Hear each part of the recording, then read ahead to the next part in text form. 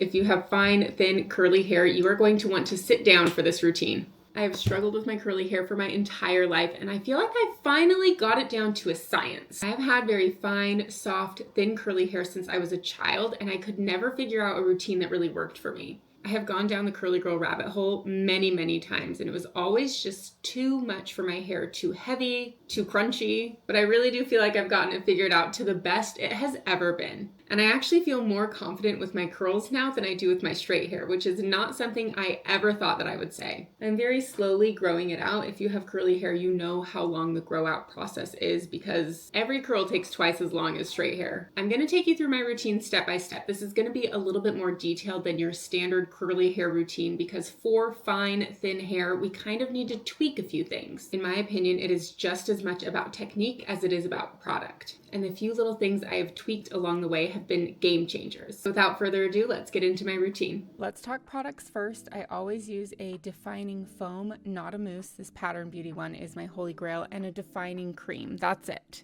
The number one rule for curly hair is always going to be sopping wet. It needs to almost be dripping when you start. I start off with the Pattern Beauty foam. Usually do 5 to 6 pumps to start, and I saturate my entire head with it. This is where the technique really starts to come into play. I rake through every single product I put on my hair, from my shampoo to my conditioner to my hair masks to my styling products, raking it through my hair to make sure that every strand is saturated, and raking really helps to start to form the curl clumps. And if you have thin, fine, soft curls, you need the definition. You need clumps. Otherwise, it looks stringy and just not cute.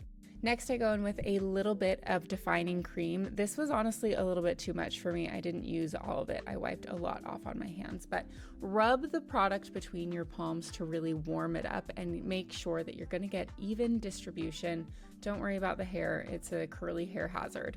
Again, with the raking motion, it's so important to make sure that your curls are properly defined. Once you've applied all of your products, it is time to style for real, and we're going in with the bounce brush. This was the number one game changer in my curly hair routine that really helped my curls go from straggly, stringy, frizzy to soft ringlets. I am obsessed with this, and I will never go back to styling my hair without one. This is where I'm going to get a little bit technical with how I do my curly hair because it's super important. As you can see, I am pulling the brush through my hair once, and then I kind of scissor my fingers along the hair shaft to seal in that curl form. It helps to reduce the frizz so much, and it really does seal in the form of the curl. I split my hair into usually 3-ish sections, and then I will go through with the defining bounce brush once, twice again with my fingers really sealing in the curl,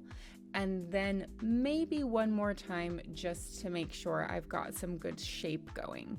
All over my head in different sections, taking more hair down until I get to the crown of my head. After I use the define brush, if I feel like I need a little bit of a scrunch, I will apply 1 pump of foam to my hands to make sure I'm not going to create any frizz. And then I'll do a little bit of a scrunch on each section that I use the define brush on. Once I get to the crown, I need to be a little bit more conscientious of where the curls fall, because as your curls dry, wherever your pattern falls, that's where it's going to live forever until your next wash.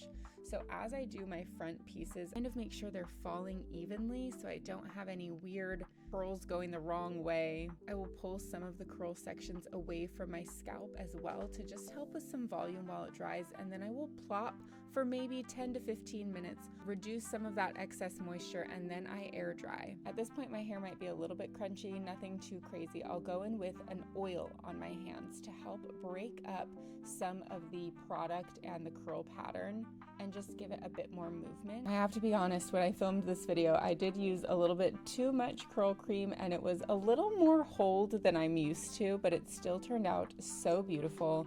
Super, super soft. I love the way my curls move now. They are touchable, bouncy, and beautiful. If you have fine, thin, soft curls, I hope this routine was helpful for you. Maybe you got a few tips, or maybe you have a few for me, because I am always looking to level up my curly hair game. Please send me all of your product recommendations, any tips or techniques you think I should add into my routine that could help me keep my definition, add a little bit of volume, and just leave me with beautiful, soft, touchable curls. Thanks so much for watching, and we'll see you next time.